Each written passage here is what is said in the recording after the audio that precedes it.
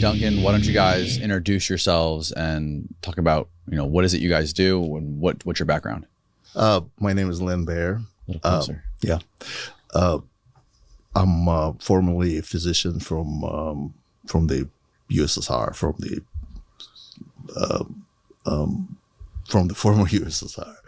I specialized in. I was a medical doctor, specialized in endocrinology. Came over here in '93 to work for a pharmaceutical company and in the area of my research. And then I was prepared to get licensed in the States, but things on the business side took over, and I stayed on the business side, and currently working in the regulatory field for a company in Chicago area. U.S. naturalized citizen,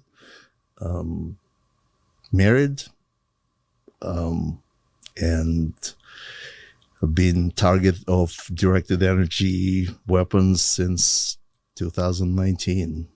Since 2019? Yeah, in the summer of 2019. 3 years ago. Just over 3 years ago, it started happening to me. And was diagnosed in 2020 with vestibular dysfunction due to directed energy exposure by the same team of experts that diagnosed Cuban diplomats. Duncan? Yeah. Yes.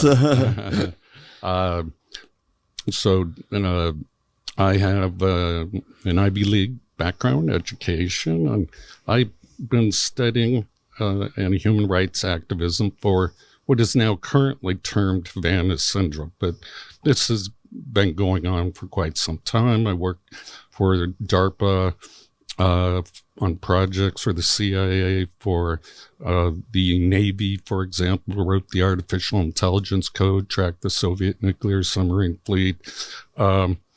But about 20 years ago, I realized some of my research was being utilized on my own citizens. And that was unacceptable to me. And since then, I've done hundreds of interviews, interviewed 2,500 victims or targeted individuals, as they're called, found commonalities of all their stories. And I've spoken to with the head of the LA FBI, to the Senate Intelligence Committee, 23 senators and representatives, with some interest. And I said, just wait when it starts happening to their agents, diplomats, and the FBI. So interestingly, a story came out yesterday that it's happening to the FBI now. What is your educational background?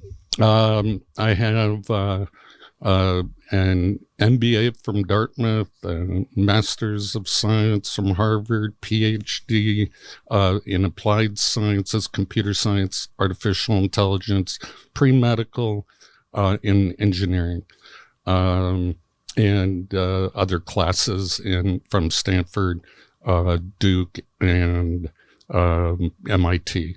So, yeah, I've been in school most of my life. And how did you get into working with DARPA and the CIA? It was odd. I gave a resume to a headhunter, ironically, and they're called headhunters, and my head was taken for a CIA think tank. At the time, I didn't know it.